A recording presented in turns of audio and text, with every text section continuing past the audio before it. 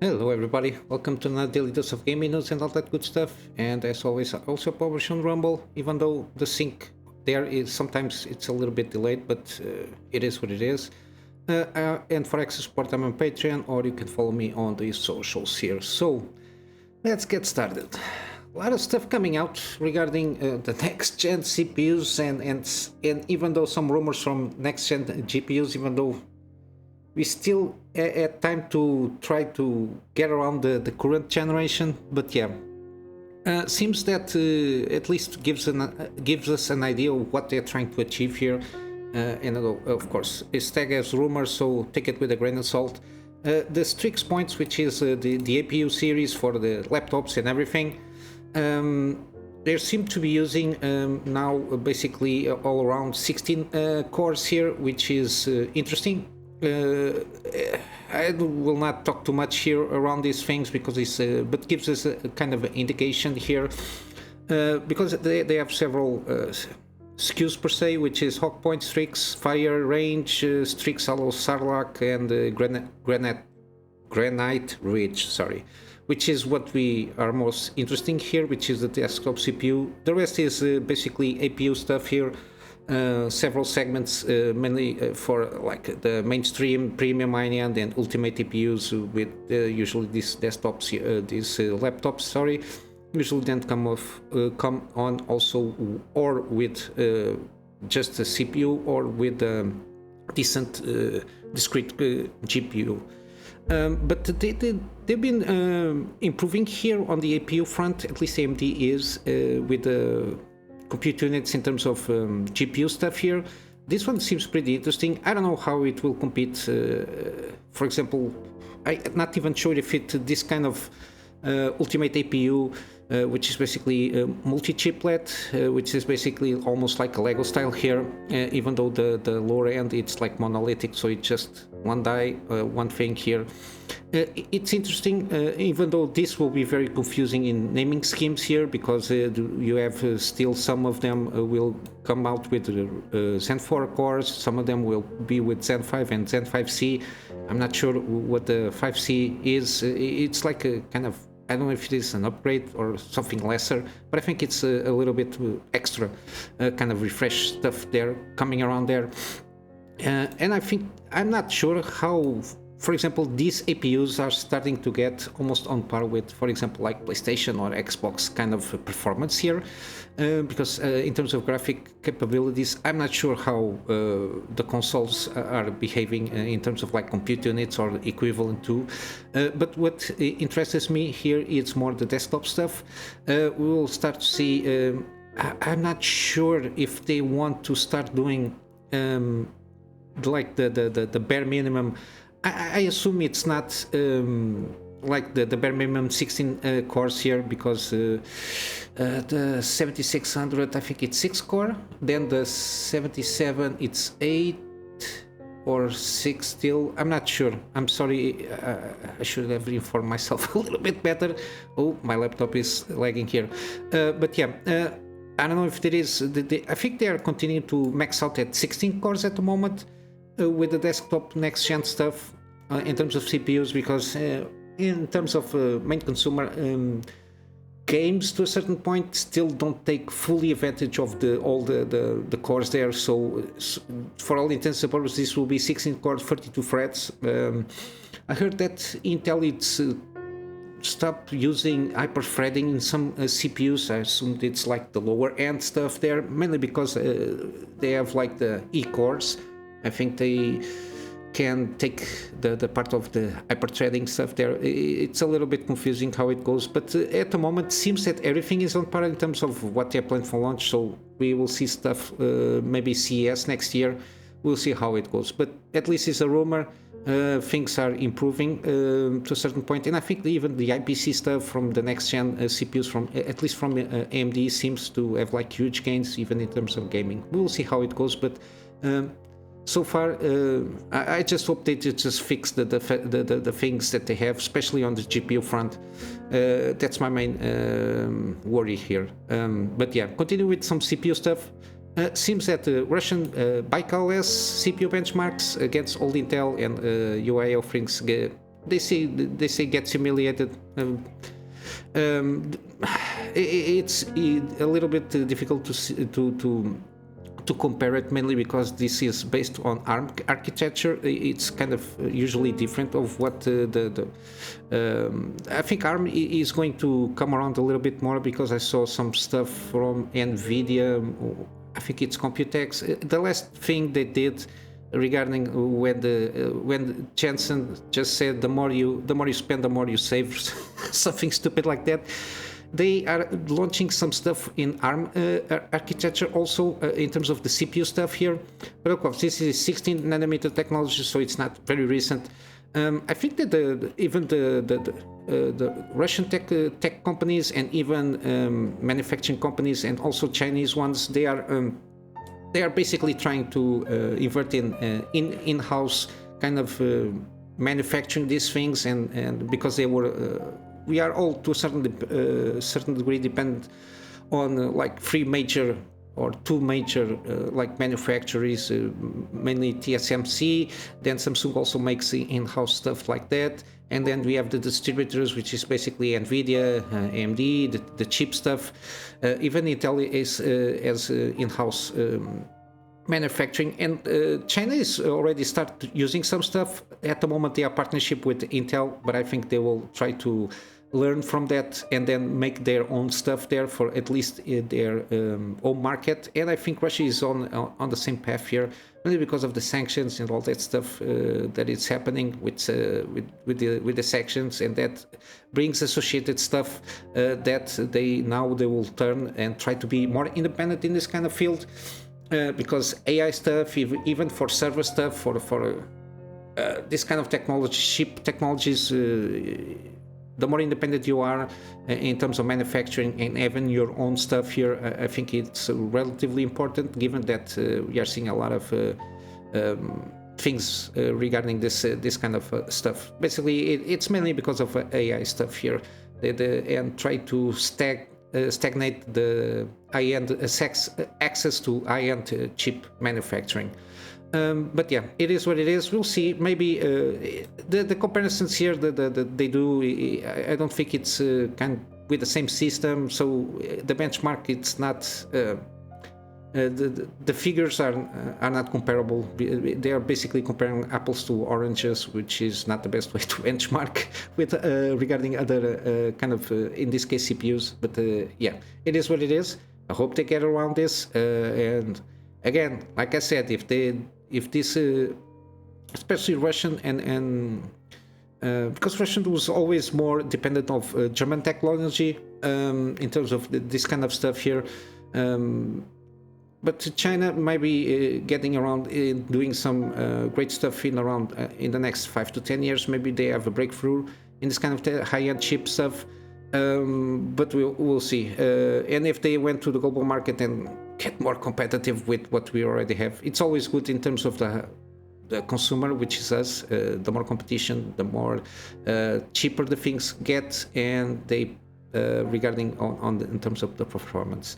But yeah, regarding gaming news, we got Ubisoft they are aiming for a huge cliff here, because they are castling at this moment Immortals Fenyx Rising, which is basically a sequel for the first game. They are basically canceling and putting all the resources into Assassin's Creed franchise. I think they are getting a little bit desperate here. People are a little bit tired of Assassin's Creed. When you annualize a franchise, they are, at the top of my head, there is only one example at the moment that breaks the rule on this, annualized franchises, which is basically Call of Duty and some sports stuff, because it's the same gameplay basically, with some tweaks and graphics, and sometimes some improvements on physics or stuff like that the games depend on. But Assassin's Creed, it's not a natural, it's not a franchise to be annualized here, at least my perception. That is, it's something that you put out like every 2 or every 3 years, and you put a quality game here. Since the main, at least from my perception, the major game that came out was between Black Flag and Unity, Even Unity had a lot of issues when it launched. The rest is just being like, I don't know, it's the same game with a different skin. Bigger maps, same activities multiplied by I don't know how many X's here, but I don't know how this game is going to be like. They are trying to expand the franchise here. And then we have this kind of gibberish quote, which is, as part of our global strategy, we are directing and reallocating some creative teams and resources within the Quebec studio, which is the one that is supposedly doing that sequel, to other unannounced projects. The expertise and technologies these teams develop will serve as accelerator of the development of these key projects focused on our biggest brands. You only have like one big brand at the moment, which is Assassin's Creed and maybe Far Cry, but even you managed to ruin Far Cry and even Watch Dogs. The Watch Dogs is the franchise is just burying their franchises to nothingness. But yeah, we have nothing further to share at this time. It's not good. As you can see, I'm highlighted here as bet in future on Assassin's Creed projects, which is not good. You just put all your eggs in one basket. This is going to backfire. When you start churning the same kind of game, which Assassin's Creed supposedly is a stealth game, and if you're only focusing, you have other franchises like you have the Sam Fisher one, Splinter Cell franchise, which can be hugely expanded, and they can now reboot it to make a decent franchise with an excellent story.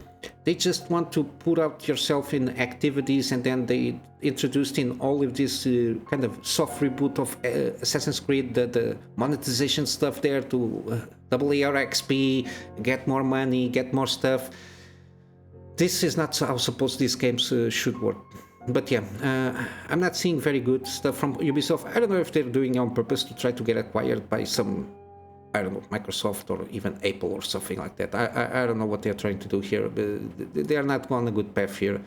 At least in the overall scheme of things, it's my perception. But continuing with some more decent news, we got Wulong Fallen Dynasty. They basically launched the remaining of the year for this year's roadmap.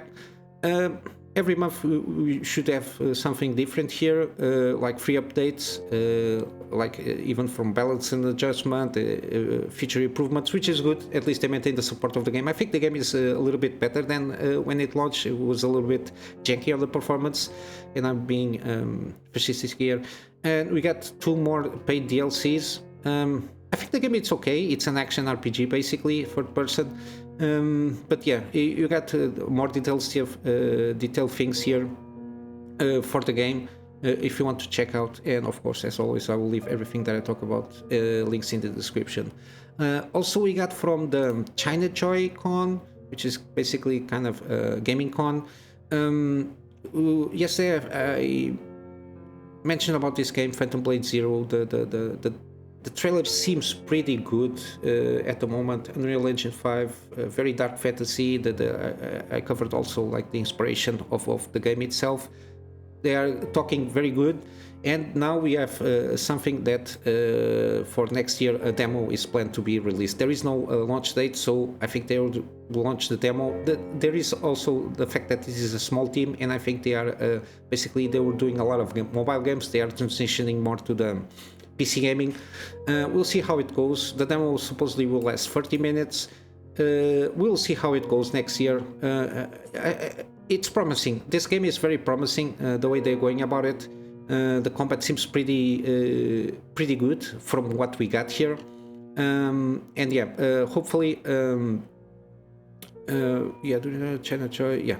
We will see how it goes for when they launch the demo. I'll keep my eyes on it, and when they launch, for sure I will let you know, because this game is on under my watch list per se. Also from Joy-Con we got, I told you today we should have been more details here.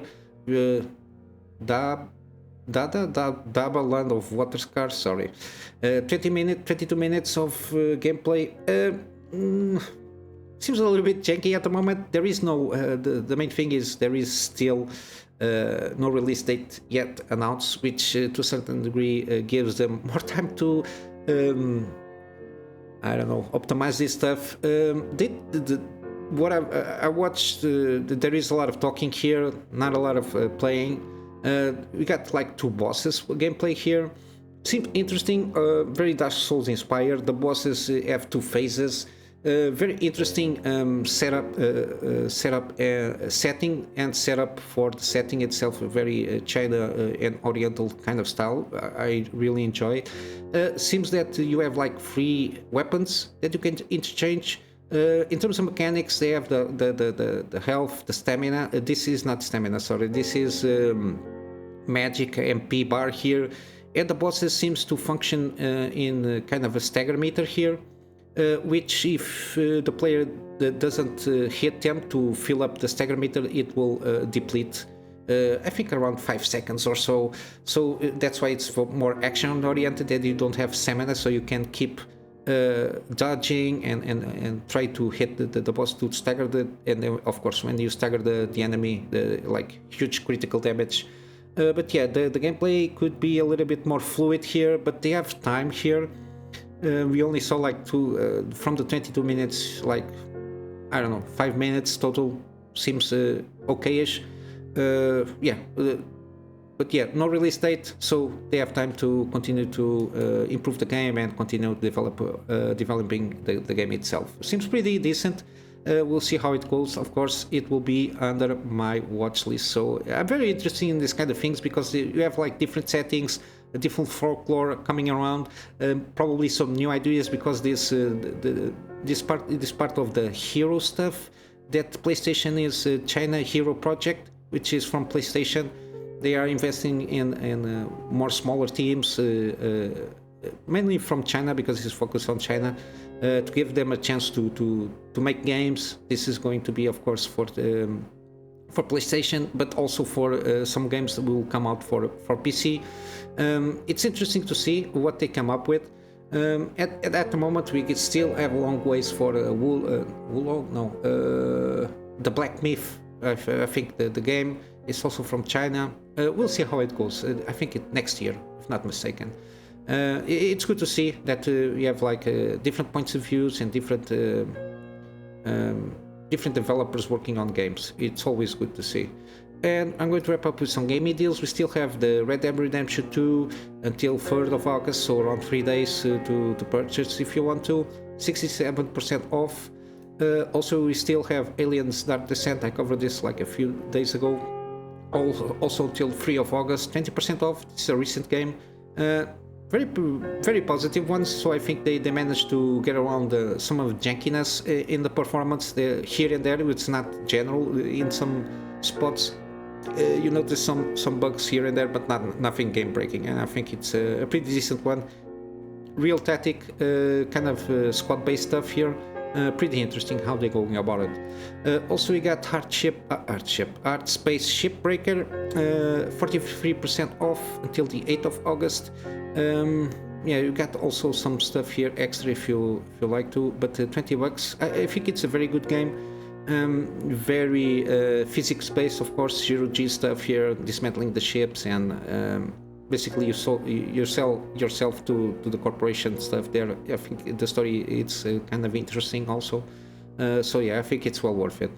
Also, we got finally Dead Space, the remake one from this year. It's 40% off. It's from everything that I saw until the 10th of August.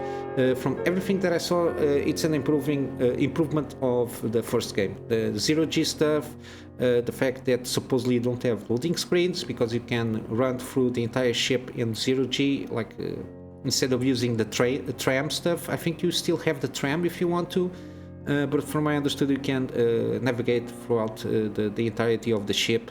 And of course, they added a little bit more Metroidvania stuff here, so you are basically a little bit locked, so you don't have to go basically to the end of the game by traveling. Even there is a lot of story stuff that is locked while you progress on the story thing here. But yeah, it seems an improvement on everything. Even the combat, it's way more fluid and improved. But yeah, it's one of those that I really enjoyed when it came out. I played like 3 or 4 times. And yeah, 40% off, I think it's well worth it. And basically this is it for today, guys. Slow day here, but we got some interesting stuff that came out. So we'll wrap up on my GoGetFundMe for me to upgrade my PC to get better, more content from my private clients, and of course start doing some video stuff for them. Despite the fact that I'm still doing some written content and some image stuff here and there when I can.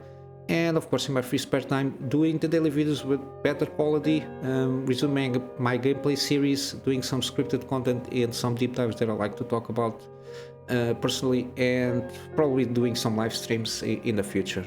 And with all that said, guys, I hope you have a wonderful day, and I will see you in the next one. Till then, Kunamy Master out.